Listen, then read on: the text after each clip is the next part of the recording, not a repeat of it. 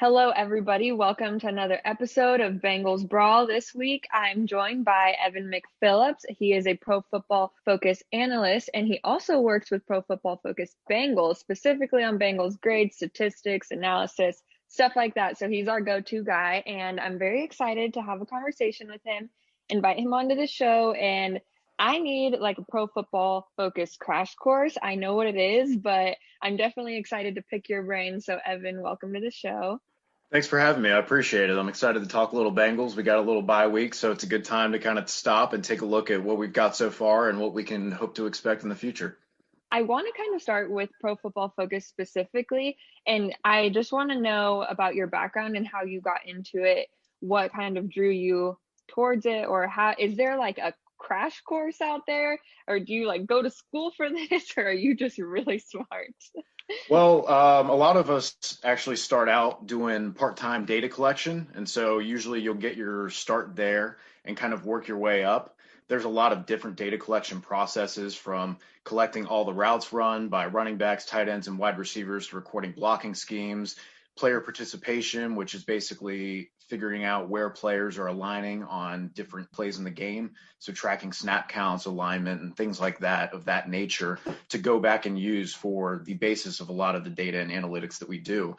And so a lot of people, I think they had a little over 500 part-timers at the end of last season. So it takes a lot, because if you think about it, the games will happen, especially for college, the games might happen on Friday and Saturday. And the way it'll be reviewed is it'll be looked at and analyzed by two different people who collect the data. And then it will also be reviewed at the end of that. So you have three people who will see this data and review it before it even goes out to the public. And usually that happens within a day or two. So it can happen pretty quickly. And so when we talk about PFF grades and some of this data, there are possible mistakes that can come through, but also there's a very strenuous review process and a good rubric that everybody follows to keep everything consistent and make sure that, there is no personal bias. If there is, for some reason, any type, it gets filtered out. And so everybody does a good job of staying very on point with that rubric. And in case there are any misplays, any mistakes, they usually are caught in that review process and then taken care of and corrected.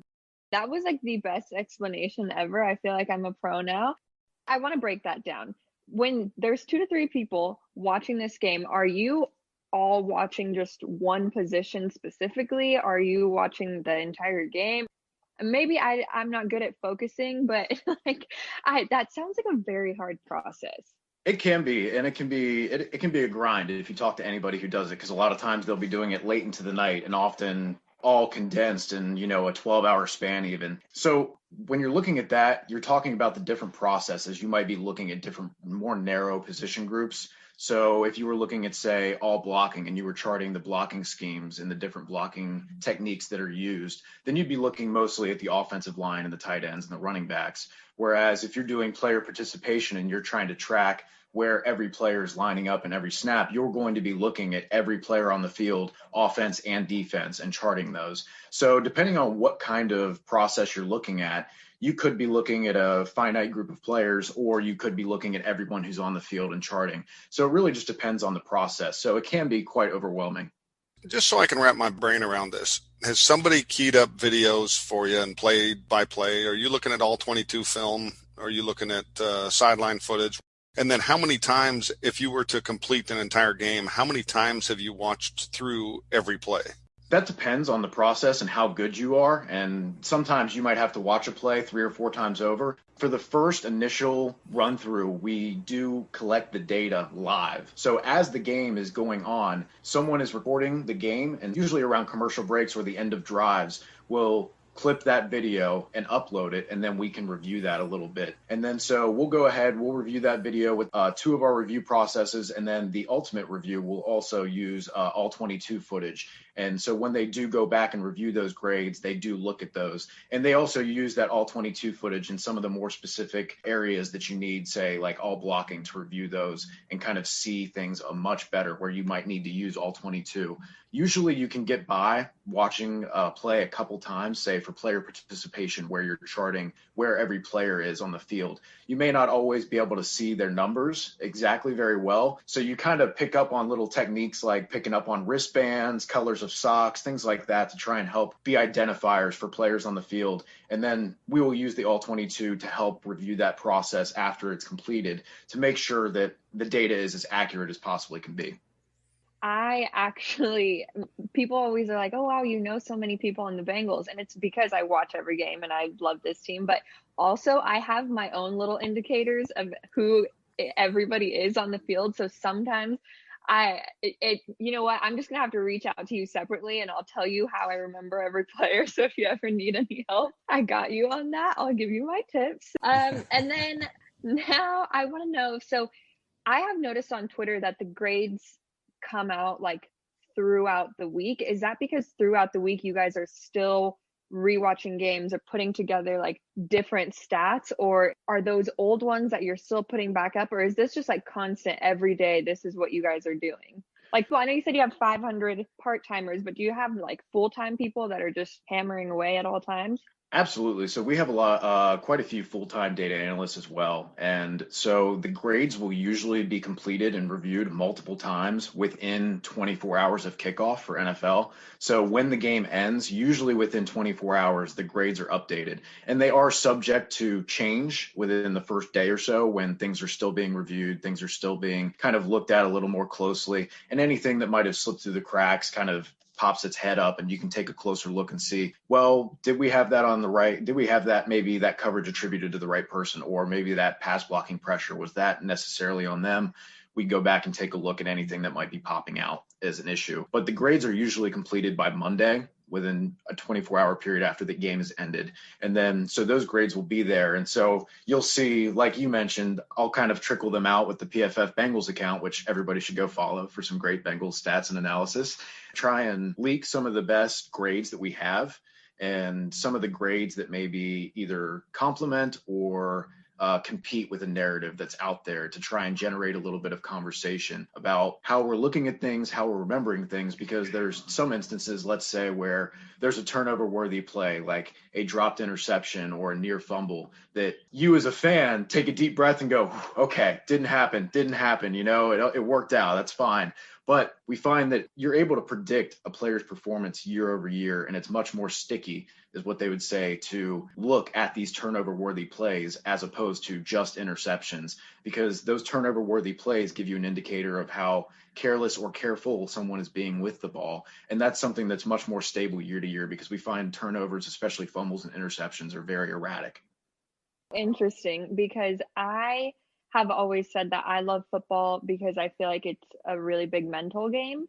And I'm not always one to go off of statistics or analysis or anything like that. I'm not really the numbers girl. I'm definitely more of like, it's a mental game. That's a reason I love Joe Burrow. I think he's really strong and he brings that to the game. But I think that it kind of ties together there, where you kind of are able to look at these numbers and think, well, you know what? AJ Green almost had this many drops or almost had something. I don't want to say anything because I don't want to offend him and I don't want to make it seem like I'm picking on him, but you get what I'm saying. Like, looking at your numbers, I can be like, well, this is why their mental game might be a little bit different.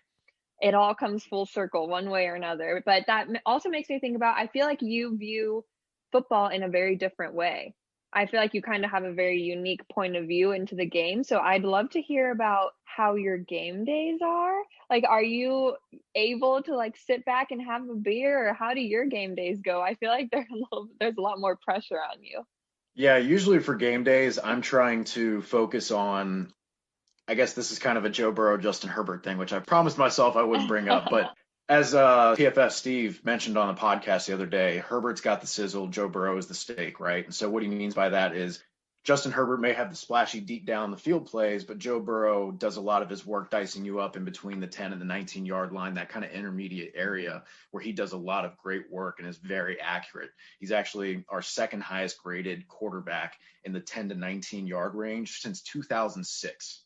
Which is just crazy to think about. Wow. So he's been exceptional. And the thing is, a lot of those plays are just 10 to 15, less than 20-yard plays that aren't going to end up on red zone, come up on the broadcast or being shown in highlights. But the ball placement, some of these different routes that they're running, how he creates and evades pressure to extend plays and make things happen where other quarterbacks who may have previously been on the team may have crumbled a little bit or just thrown the ball away. So it's good to see that. And I usually on game day focus on trying to highlight those plays that, though they don't seem like they're the big 80-yard touchdown, they matter and they are very important. And the thing is, those intermediate balls are very stable year to year. So seeing him be consistent in that area is very great as compared to the deep ball, which can be very erratic year over year. So on my game days, I'll try and take screen grabs, point out plays that maybe won't make the highlight tape, so we can celebrate the good plays that are out there and try and recognize some of the stuff that may not end up on the highlight reel. Perfect example of what you're talking about there was when he evaded pressure on that third down, and it was only like a 1-yard pass play, but it was a huge play in the game against the Titans. Right. And that's, something that comes up in the box score is only a couple yard throw that doesn't look that great. And then you look at the end of the game and someone goes, oh, look at Joe Burrow's numbers.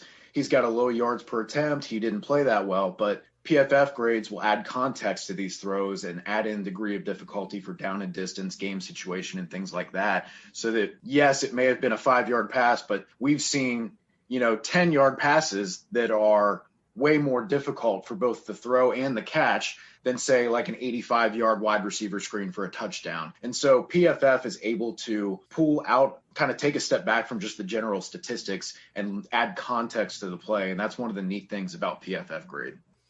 In terms of turnovers, the specifics of, and I understand how, the ball gets to the ground and maybe one team does a better job of recovering it than the other, but that typically comes back to the normal over time. But what you're grading is, I'm playing right tackle and I miss a block. The play is a quick play to the left. The fact I missed a block does not impact the play, but that does impact my grade. So I'm able to say, hey, just because the ball didn't get intercepted, it could have been, that's a poor grade. So a complete difference from the way a fan looks at it and says, what difference does it make if the right tackle misses a block because it has no effect on the game? Or what difference does it make if this ball went through a player's hands and didn't get intercepted? No effect on the outcome of the game. But from a PFF grade, that's going to have a dramatic outcome of the grade. Exactly. And that's a really good point. And a good example, too, is where, especially with how quickly the Bengals are getting the ball out, we see they're not using a lot of true pass sets past 2.5 seconds, to where they're trying to help Joe Burrow, keep him upright, help their offensive line that has just clearly been mauled by injuries. And so they're trying to give their offense a good opportunity. And so when you see that maybe they haven't allowed that many pressures and you wonder why the pass blocking grade may not match that, it's because even though they have low amount of true pass sets where they're getting graded. And so if you have some of those negatives, it's going to bring your grade down on those true pass sets. Whereas if you're doing play action rollouts and things of that nature to kind of move the pocket, protect the quarterback, you may not have allowed a pressure because, let's say, Joe Burrow rolls out or he quickly throws a slant route. You still got beat on your block, even though the quarterback didn't get hit or sacked. So PFF will try and incorporate that and add that context to where you still need to win your block. You still have a level of expectation to maintain your block for at least, especially on those quicker throws, 1.5 seconds, 2 seconds. So that was a good example, like you said, of even though the play may be going to the left, if your right tackle is getting blown up and tossed right off the snap, he still got tossed right off the snap, and that's still important to add to the context, because when we take that large sample size, instead of just saying, oh, we're going to throw out that bad play because it didn't even go to that side, you get a much better picture of a player's skill and you get a better idea of what their performance may be year to year. Wow. You keep making points and I keep thinking, okay, we need to go back to that. And we also need to go back to that. So my first thing I want to say to all our listeners, if you aren't already following the Bengals account specifically, do go follow that one. It's at PFF_Bengals, because every week he does tweet out our grades, and sometimes he tweets out these highlight reels that don't specifically make it to the big channels, but they're a really good thing for you to retweet and put on your timeline so that all your friends will see that the Bengals are doing much better than they are portrayed. So definitely go do that. My next question is, this may be a dumb question, but you know what? It's okay, because I want to know, do players and coaches use or have access to like PFF grades? Do you think that, like, do they use it as part of their strategy in any way? Yeah, so we have all 32 teams are clients of PFF, so they will all get access to much more advanced data than what the average subscriber would have. And so they get a lot of detailed information very quickly so that they can use that for their game preparation so that they don't have to go back personally and look at the snaps that are playing, players who may be playing better than anyone might think, some maybe underutilized players that they can use on their own team who are performing better than maybe they originally thought. They kind of just, the grades will help to challenge what you think and make you go back and look at the tape. And also they help you, like I was talking about with the player positional data. They don't need to go back and look at the film and see, oh, Rob Gronkowski's lining up in the slot this many times, or they're using motion this many times. We need to really key in on trying not to bite on the motion and being really sound in our run fits. They can look at the data and that's already done for them. So we save them the trouble of going back, looking at specific plays, charting this data, and we give them charted data that they can look at and they can use, like obviously heat maps for wide receivers where the majority of their routes and targets come from. So that information helps them to kind of look and see, okay, do we want to make any tweaks or adjustments to our game plan to kind of adjust and account for how our opponent may specifically play? Is there anything we can do to get an edge? And that's the thing with analytics, is it's not a promise. It's not a guarantee that you're going to win. It's just another way to get a small edge. And it's a small piece of the game plan and of your process, but it's something that can give you just that little bit of edge. And in a game of inches, that can be the difference in a game. Wow, the game of inches speech is one of my favorites. So that is extremely interesting. I always knew how important the grades were, but I didn't realize that the teams were specifically using that. And I thought in my head, I have $1 million idea. Let's get Zach Taylor and Evan sitting down at a table. But turns out you guys are already sending it over. So moving on. I specifically, we haven't gotten to the Bengals yet, but I do want to touch on, are you a Bengals fan? I want to know, because then I want to unpack some of our own grades. So are you a Bengals fan, or are you just doing this for your job? Or if you are a Bengals fan, how did you become a Bengals fan? I want to hear it all. So I was born and raised in Cincinnati, still living in Cincinnati as well. So I've been a Bengals fan for all my life. And fortunately, I was young enough at the time to not remember the early 2000s Bengals very well. The Carson Palmer, Rudy Johnson, Chad Johnson era was kind of the start of my like genuine self-interest in the Bengals. And I remember having it on around Christmas time when you've got the TV muted and you've got the radio call up and you're listening to Dave Lapham talk to. And it was just, those are memories that I have growing up. And so I have a lot of love for the Bengals, but I do try and take that a little bit out of my analysis and try and look at things objectively. But I will every once in a while put my fan hat on. So that'll usually happen every once in a while when I really need to bang the drum for someone like Jesse Bates, who's just been exceptional, and we can get to that. But really, it was just that 2005 season especially just kind of really ignited my interest in the Bengals. And back then, I was, of course, enamored with rushing yards. I loved Rudy Johnson when he rushed for like 1,400 yards in back-to-back seasons. I thought that was the coolest thing. I remember hearing them talk about him being a 1,000-yard rusher, and I remember being like, wow, that's so many yards. That's awesome. Where I am now, understanding analytics and the value of different aspects of the game, how I might view things differently. But no, it's just, I have a lot of fond memories of kind of growing up and watching those highlights. And of course, the in between the 2012 and the 2005 era, the Carson Palmer to Andy Dalton shift. Of course, we had some fun moments like the Jerome Simpson flip. I remember. Oh yeah, that was great. And I was like, oh my gosh, that's crazy! I can't believe it. You got to screaming for my whole family to come down and come take a look and see what happened. And it was great. So I do have some fond memories, and I am a passionate Bengals fan, and I do try and kind of walk that line between being a passionate fan and loving the Bengals, but also being realistic and critical when I think it's deserving.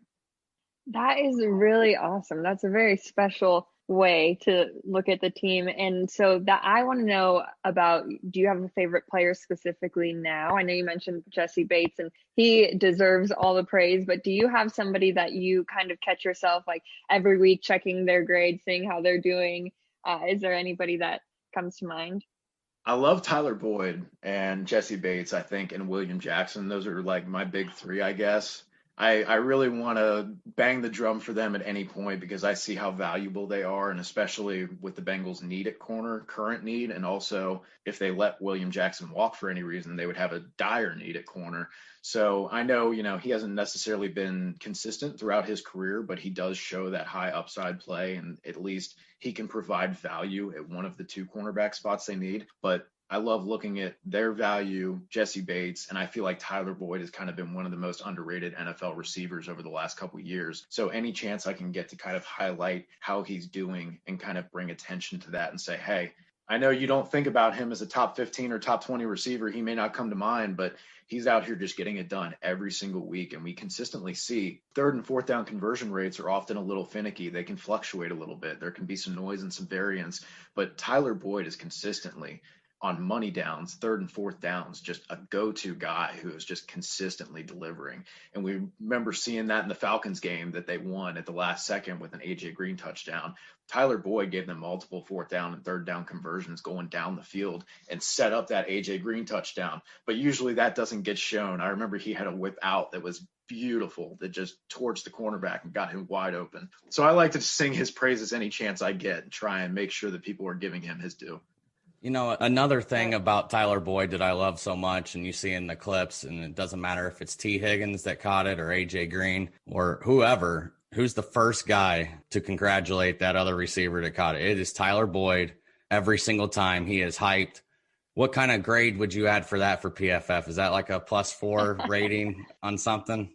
That's definitely right? That's definitely a solid +2 in my heart, but that's not going to end up in the stat sheet. But hey, I'll remember that one for sure. Especially like that play in Miami where he's hurt and he's so worried about speeding up that he's crawling on the field instead of just laying there. I mean, that kind of +2. Yep, +2 in the heart. Okay. Yeah, there you go. Right, make a mental note of that one.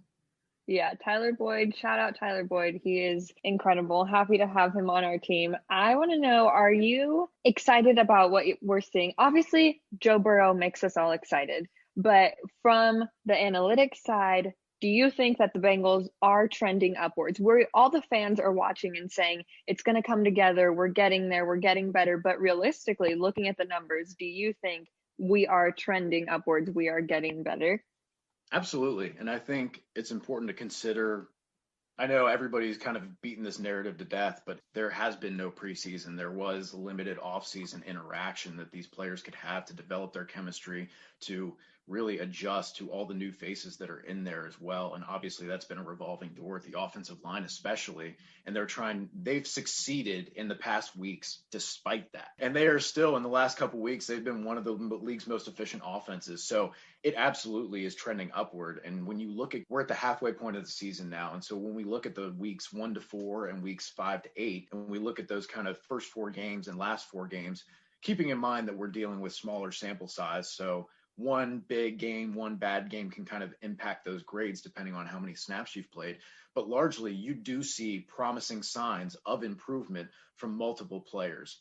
And there's quite a few of them, from Auden Tate to T. Higgins. Even the offensive line with Bobby Hart and Michael Jordan, when they're healthy, have looked good in these last couple weeks. So there is absolutely cause for optimism. Now, whether that's going to result in multiple wins in this season, that's up for debate. But either way, seeing these players take steps forward, grow throughout the season, start to gel with Joe Burrow, and you see the fruits of the passing game starting to kind of get its rhythm.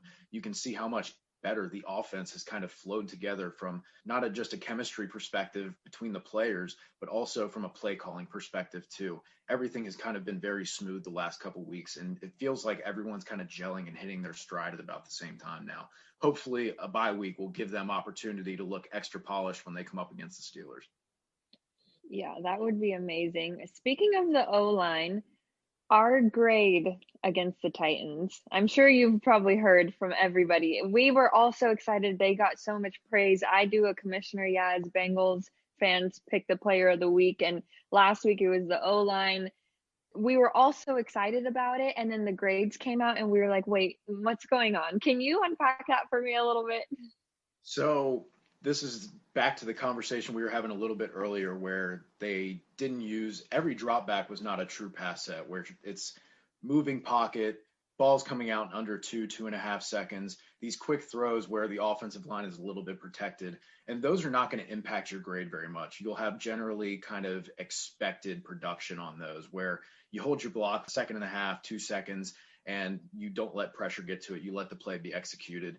It's not necessarily a positive for the offensive lineman. It's just kind of expected. So with offensive linemen, with grades and with other metrics like EPA, the trick becomes when you're looking at the value of the offensive lineman. So it's difficult to have a really high-end play for an offensive lineman. You think, well, maybe if they pancake somebody in the run game, that's a really good high-end play. But generally speaking, you're just trying to hold your block and stall your defender. And there can be obviously extended blocks that are very good for, 4 or 5 seconds, giving your quarterback plenty of time, good pickups on, swim moves and counters. So there are ways that they can make good plays. But the problem with playing offensive line is a penalty or a sack have so much negative value that it can be tough to kind of come back from those. So if you're allowing any types of pressures, any type of getting beat on your blocks on these limited true pass sets you have, which we come back to a limited sample size, if you have those negatives in a limited sample, that can kind of hurt you. And I know we'll use Billy Price as an example, right? Because everyone said no hits, no sacks, Joe Burrow, offensive line was great, right? The offensive line was solid. That's the thing is we've also been kind of conditioned throughout school to kind of imagine 60 is failure. Oh my gosh, it's awful. 60 is the baseline, the average for any offensive player, defensive player for a PFF grade. So when you see an offensive lineman graded around 55, 60, that's not bad. Average offensive line play is highly coveted in the NFL, and being able to find anyone who can play at even an average level and have that consistently across your line, you're going to be in good shape. And I'm sure Bengals fans from the last couple of years would love to have a completely average offensive lineman for a change. And so when we look at things like going back to Billy Price, when you have a limited number of those true pass sets, and then you have negatives like that snap that went sailing past Joe Burrow, that if Joe Burrow doesn't get that and throw it away, that could kill the drive for the Bengals. That could give the Tennessee Titans the ball near the 20-yard line and in position to score. That's a really big negative that is really hard to come back from because consistency is what is valued on the offensive line. So if you're consistently winning your blocks, consistently not giving up pressure, you're going to have a really good grade. But if you have those kind of limited pass sets where you maybe have 15 or 20, and then you have one big bad play or 2 or 3 negatively graded plays, that can severely impact your pass blocking grade, which is why maybe that the offensive line grades may not have lined up with quite the eye test. And they may have been perhaps a little bit harsh on some of the grades. But at the same time, it's important to remember Quentin Spain came in last minute, no practice reps, no walkthrough, and he graded around average. And that's exceptional. Like, again, I can't stress enough that average offensive line play is great. It's something to be celebrated. Even though grades may be in the 60s or the 50s, don't be disappointed by that. Just as some insight to the rest of the way that grades work, let's specifically talk about the snap that goes over Joe Burrow's head. Talk about how he would get graded on that. So there's a thrown ball out of bounds, but at the same time, is that a 0 for the play? Is that a +1? What are the increments that he can be graded? And you said, well, this is given the circumstances, what else can you expect out of this? Does he have to complete a touchdown for it to be a 2? So yeah, if he had a big time throw, which is generally some of the deeper throws or very tight coverage, critical downs, we have kind of a rubric for that where something may qualify as a big time throw where that's a +1.5 and +2. And for those who aren't initiated in how the grading scale works for PFF, an average or expected play, so let's say a screen pass for a quarterback, would just be a 0. A short, well-thrown pass would be a +0.5. And so the degree of difficulty and the impact, like you said, of the situation, whether it's 3rd down, 4th down, game on the line in the last 2 minutes, those different factors will amplify the grade that they may get on a play. And so for that would be Burrow throwing it away. He's getting rid of it. That's just an expected play. Whereas for Price, that was a severe negative, and that really dropped his grade. And that was, I believe, a -1.5 because it was a turnover-worthy play almost that usually is reserved for quarterbacks. But if you think about it, he fumbled that ball, he launched it, and it went way over Burrow. And it went into put the Bengals in a dangerous position to where if they recovered that and the Titans score, suddenly the Bengals are playing from behind. So that wouldn't be scored like a fumble recovery, for instance. That's the expectation, and he would get a 0 score. In other words, had he not recovered the ball, he also would likely get a 0. Yes. So he's making a play to just try and get that ball, recover it. He's trying to make up for Billy Price, who got the fault for that because Burrow was not expected to reel in that errant snap. That makes a lot of sense. And I think I'm going to be a big PFF girl now. I'm like, I'm very interested, and I was just looking up Bobby Hart specifically because I feel like Bobby Hart gets picked on a lot. And I remember seeing just like come across my Twitter feed his last game when he got injured that he was one of our highest graded players. Can you give me your opinion on Bobby Hart? Because he catches a lot of heat from Bengals fans, but from your point of view, what kind of player do you see him as? Do you think that he's getting better? What do you think?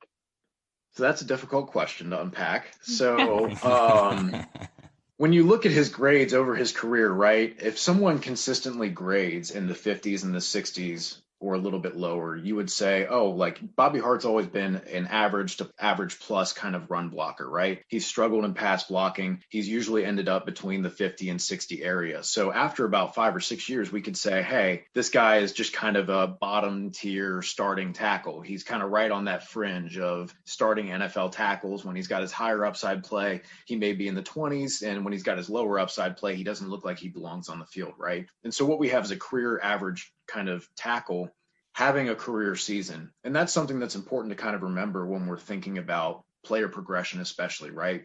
So if we think about a player's career, it's not rookie season baseline, then another year in the system, another year better, right? You don't get a little bit better and then a little bit better and a little bit better. It's not a linear trend upwards.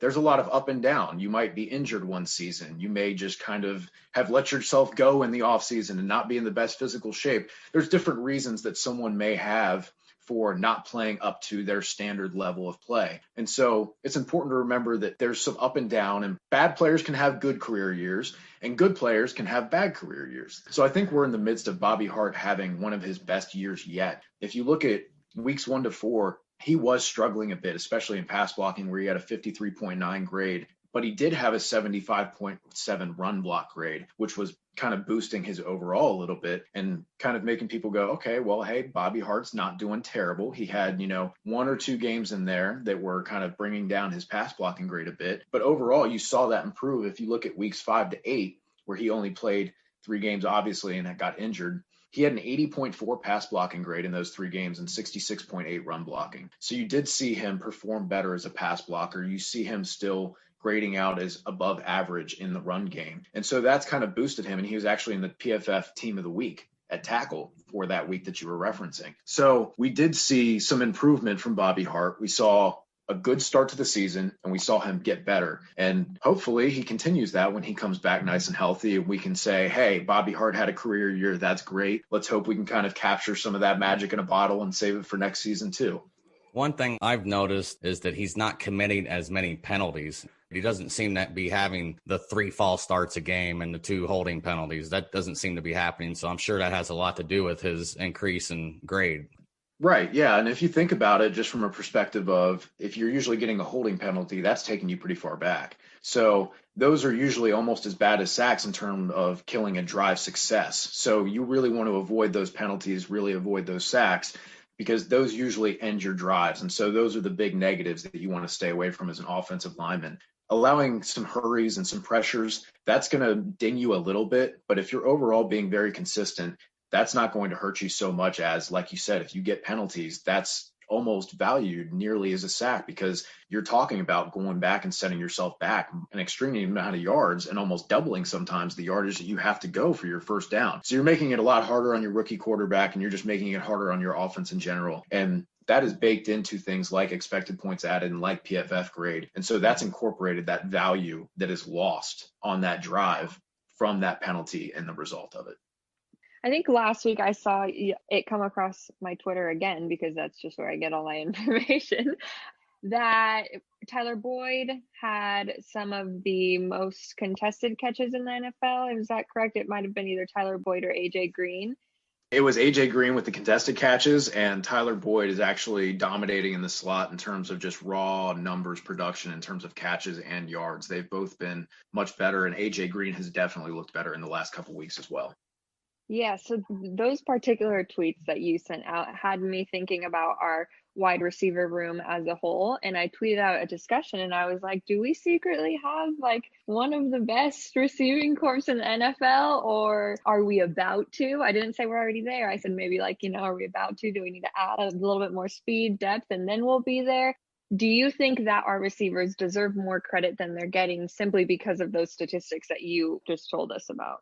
Yeah, and I think it comes back to a lot of people maybe don't understand a lot of the great plays and catches that are happening in the intermediate area, again, because you get the national media from touchdowns, from big plays, and there hasn't been that many explosive plays yet to date for this passing game. And that's a trend that's changed in the last couple of weeks. You see Joe Burrow has one of the best passing grades in the NFL over the last couple of weeks compared to one of the worst in the first, I think it was 6 weeks. So I think it is important that you look at these receivers and how they've performed, and especially how far they've come in the last 4 weeks compared to the first 4 weeks. Obviously, Tyler Boyd has been excellent in the slot. He's continued to be a very reliable target for Joe Burrow. And there was concern over AJ to start, where he had a 59.6 grade through the first 4 weeks, which is not great. But if you look at the last couple weeks, he actually has a 71.8 grade in the second half of the season. So you can see him kind of shaking off the rust, getting a little more into it, developing more chemistry with Joe Burrow, and making some more plays and being more reliable than he was in the first half of the season. And what's really impressive is how T. Higgins and Auden Tate have also kind of factored into the offense, where Higgins, his first 4 weeks as he was getting his feet wet, had a 67.4 receiving grade. But in weeks 5 through 8, he actually has an 83.4 receiving grade, which ranks 8th among wide receivers in that span. So in the last couple weeks, he's been graded as a top 10 receiver, actually ahead of DK Metcalf, who everyone loves to talk about because of the highlight plays, right? That's actually, it's funny you bring it. That's Yaz's favorite non-Bengal. So, oh, is that right? Yeah. So a little competition there for her between, her love for Tyler and her love for DK. Uh-oh. Yeah, exactly. Uh-oh. What are we But no, do? it's been good. And so you see that development from him. And then you also see the Bengals finding a role for Tate. And that's been really impressive. And so we talked a little bit about how having a low snap count and having either a really good game or a really bad game, or big positives and bad negatives, can influence your grade a little bit. And Auden Tate's a good test, kind of case for that, where you see him in the last couple of weeks. He's been grading very well, where he's in the 70s and the high 70s, low 70s. But then he had the big week last week with his elite PFF grade. And so when we look at him over the last 3 weeks now, and in the entirety of his snaps and his body of work, the last 4 games, he has a 90.7 grade, which ranks first among receivers in that span. So you've really seen them develop kind of a role for Auden Tate. And it kind of goes back to, again, the no preseason to kind of figure out what's the optimal rotation, develop chemistry between Burrow and his receivers.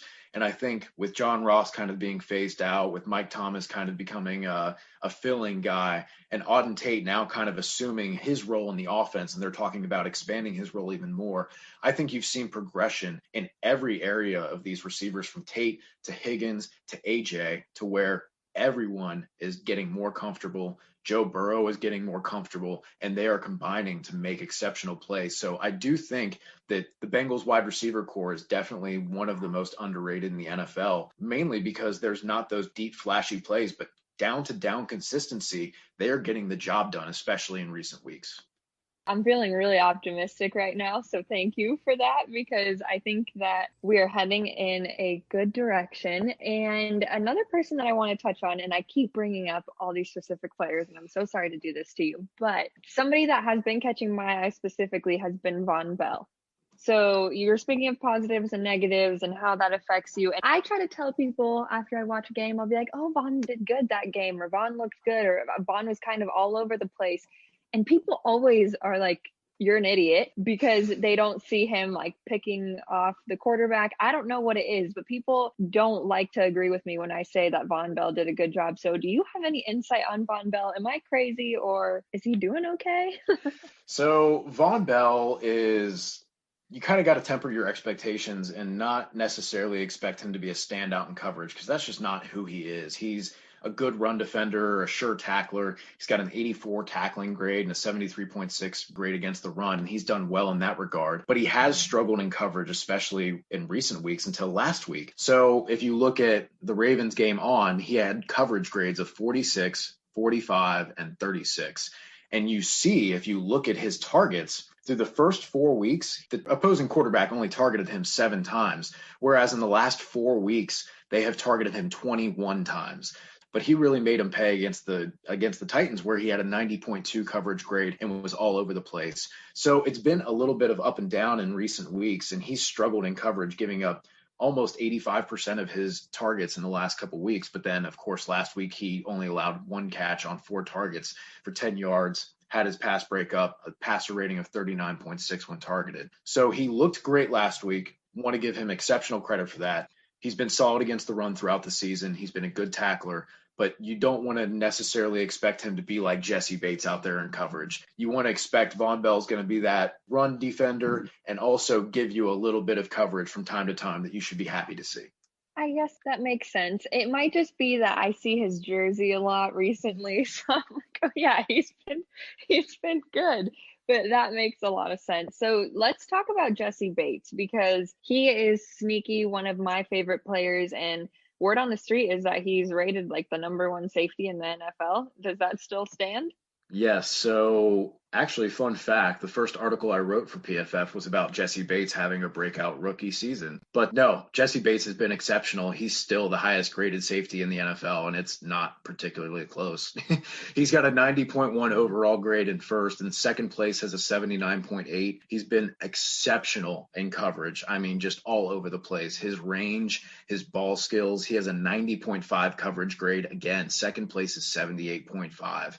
It's not even close. I mean, he is absolutely way out in front in this race, and he's been exceptional when he's been targeted. He hasn't given up a touchdown in coverage yet. He has 2 interceptions and 8 pass breakups, but also a 22.1 passer rating when targeted. So statistically speaking, quarterbacks are better throwing the ball into the ground than targeting Jesse Bates in coverage. That's how good he's been. And that really has opened things up and helped the Bengals on the back end of their defense, especially when they're struggling with this cornerback depth right now and piling up injuries there.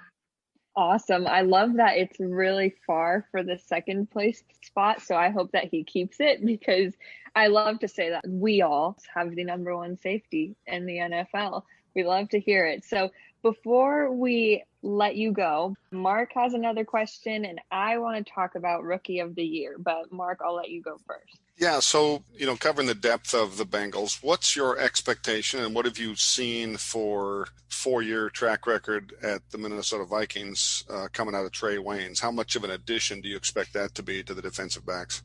In his time in Minnesota, we didn't see him necessarily stand out, but he wasn't bad either. He had a lot of grades in the 70s and 80s, and what you want to see is that consistency at cornerback, which is a largely volatile position. It's very valuable, but it's also very volatile from year to year, play to play. But what we did see from Waynes is he was excellent against the run, which is nice to have. He had 84.5 grade in one of his most recent seasons for Minnesota. He was constantly over 75 in run defense. He was grading out at above average, near 70, so about 10 points above average almost. And in his coverage, he was very average, where he was in the low 60s constantly. But to see that consistency, play may not be as high of a level as you want. It may be closer to average, and there's going to be some good weeks and some bad weeks mixed in. But to have that consistency, especially at the other corner spot across from William Jackson right now, I think Bengals fans and the Bengals alike would be very happy to have that right now. And I think he can help kind of shore up that coverage a bit, because Darius Phillips and LaShawn Sims have really been picked on in recent weeks. And it shows. They've made some good plays, to give them their credit, but also just looking at the entire body of work, they have not graded so well. It's been in the lower 50s and even lower sometimes for LaShawn Sims. So he would absolutely provide them value. Just any type of average cornerback play, like the offensive line, it's very valuable, and you can never have enough corners that can play at that level in the NFL. We haven't had that for so long. It's just kind of been William Jackson we've all talked about and somebody else. So if we could have somebody like a Trey Waynes that could come in and be that consistent guy, I do think it's a huge addition to the Bengals defense. I agree as well. And I want to ask you one final question. with our heart and soul of the Cincinnati Bengals right now is, of course, the one and only Joe Burrow. What do you think are his odds for Rookie of the Year right now? We're about the halfway point of the season. What do you think? This also doesn't have to be like fully based off of analysis or anything like that. You could throw in just like your own personal feelings. Do you think that he will take it? Do you think he deserves it? I mean, I hope you say yes, but what do you think? Well, I think he has a really good chance, and obviously it's going to probably come down to the Justin Herbert versus Joe Burrow to bring that up again, unfortunately. I don't mean to keep trying to compare these two, but unfortunately they are going to be linked, much like that class of Dak and Goff and Wentz and kind of looking at all that. So, again, it'll go back to the national media, everyone seeing those big plays that Herbert is making. I think what's really going to help Burrow's case is to continue to be consistent, continue to grow, which we've seen from him week in and week out. We've seen him get more comfortable calling audibles, making changes at the line of scrimmage, really taking command of the game. We've seen him get better about changing the blitz pickups and changing his protections to make sure that everything's accounted for, especially after that nightmare at the Baltimore game. And so if we continue to see this improvement from Joe Burrow and this consistency, there's no reason that over time he should not win Rookie of the Year, because we can expect with this deep success for Herbert, a lot of that is coming on the deep ball, and he's been very good on the deep passes. That's important to note, is that he's done a good job. But again, we come back to the consistency with that. The intermediate game is where you see consistency, year-to-year correlation. You don't expect that to necessarily fall off. It's like clean pass blocking grade. When your quarterback is a clean pocket, that grade is very stable year to year, whereas, say, like under pressure grade is not. That's something that's very erratic. You see that with the deep ball passing too. It's something that can be very erratic, and if you think about it, they're kind of low percentage plays anyways, that have, a lot of them have gone well or right for Herbert and for the Chargers. So if a little bit of that comes falling back down to earth and maybe the Bengals sneak another win or two out, I think you could see more coverage on Joe Burrow, which you have seen recently, especially after the Titans win, that you've seen more coverage on Joe Burrow. I think he gets more attention. And I think with Herbert maybe coming back down to earth on those deep passes a little bit and some of these turnover-worthy plays coming back to bite him, the Chargers taking losses, and then the Bengals continuing to look good, then I think that could shift the narrative to where Burrow takes control of that Rookie of the Year and kind of runs away with it. It's too bad that the national media never really gives us our time to shine, but hopefully that's going to come soon. So one last thing, we have 8 games left, and it's Steelers, Washington football team, Giants, Dolphins, Cowboys, Steelers again, Ravens, and the Texans. How many wins do you think that the Bengals can pull off? I think everybody here has said about 5 or 6, but we might just be optimistically hoping. What is your guess? We're already pretty much banking that they're beating the Steelers coming out of the bye week too, just to go ahead and put that in your projections. Just to put that out there. Hey, if they can sneak one from the Steelers this year, I think everybody's feeling pretty great about that. But I'm thinking, I expect the Bengals can win between 3 and 4 of those games down the stretch. Now, the debate comes where expectation, do they meet that expectation? Because they've been in the lead in a lot of these games and have not been able to finish. Now, we saw that change with the Titans game, fortunately, but that's something we're going to need to see. We're going to need to see them be able to finish these games, maintain leads when they do get them. And we've seen the offense can be explosive and can compete and stay in games. It's going to be important for the defense to also be able to step up and stop some of these late 2-minute drills at the end of the half, at the end of the quarter, and at the end of the game to stop them from putting those points on the board that put them in those spots where they end up losing a game that they probably should have won. So we want to see that consistency again. That comes up. If they beat those teams that we expect them to beat, then yeah, I absolutely think they could get up to like 4 wins. Now, whether you are a believer in saying, hey, I would like player development, but maybe not wins that hurt draft position because we'd like a blue chip guy to pair with Burrow for the next 4 to 5 years, that's kind of your own philosophical debate that I'll let you guys kind of talk and hash out a little bit. But that's always something that's in the back of people's minds who are constantly focused on the draft, is exactly how a win or 2 can drastically affect draft position. And in the end, wins feel great. But then if you're looking at a draft spot that's maybe 6 or 7 spots behind where you could have been if you didn't win, you may start kind of wondering whether a not necessarily a hollow victory, but a victory that didn't have much impact on the season outcome, let's say, might have impacted their ability to get a blue chip prospect in the draft. So I'll let you guys kind of debate where you are on that and let the Bengals fans decide how they feel about that as well. I know last year I was all for, getting that number 1 pick, but this year, if they were to not get any more wins, Zach Taylor is probably not going to be our coach next year. And 2, you just kind of have an empty feeling that they didn't improve. You can officially put me down for drafting last in the next 2 years. I was going to say about that, and I've thought about this quietly myself, and I just haven't said it to anyone, but you know what? I think you would kind of agree with me. I told myself that if we can beat the Steelers and the Ravens and the Cowboys, because I'll be at that game, but lose all the rest to get us a better draft pick, I'll gladly do that. If I could just say that we're the reason the Pittsburgh Steelers are no longer undefeated, sign me up for a better draft pick, baby. I don't care about the wins. No, that would be great. I'm sure the Bengals fans would love to see that too. And if anything, right now, at present, Joe Burrow is the highest graded quarterback in the AFC North. So if you can take solace in anything right now, obviously that's not the end goal. We want wins. We want success for the team, but that's something promising for the future when they get a couple more pieces, maybe have another good free agent class, depending on what happens with the cap situation. Then they could really take a giant leap forward, because we have seen them have many of these 1-score games, which is another thing that year to year kind of stabilizes and goes back to average. So if you have very bad luck in those 1-score games, typically we see that regress back to the mean, and you will get more of those landing in your favor the following season. So with them being so close in so many of these games, it's very promising to see if they add a couple key pieces and have a little bit of continuity and maybe a little bit less injury, maybe an off season to kind of figure everything out. Then I think the Bengals could be one of those teams to take a giant step forward, kind of like the 49ers did after their terrible season that ended up getting them one of the best picks in the draft and ended up kind of fueling their upcoming season where they made a deep run in the playoffs and at the Super Bowl. Losing isn't always a bad thing.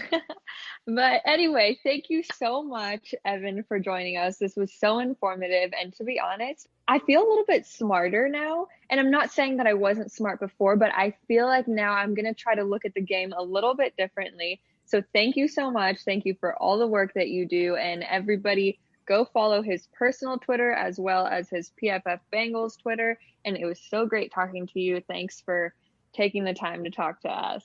We really appreciate it. And I think Gaz is probably going to, from here on out, be giving us some PFF breakdowns on week to week. She seems like an expert now. You guys are not even ready. I'm about to be that part-time data analyst he was talking about. Watch out. You're now Mark Gaz ganging up on you now. Yeah, exactly. But thank you so much. Absolutely. It was a blast. I appreciate you guys having me.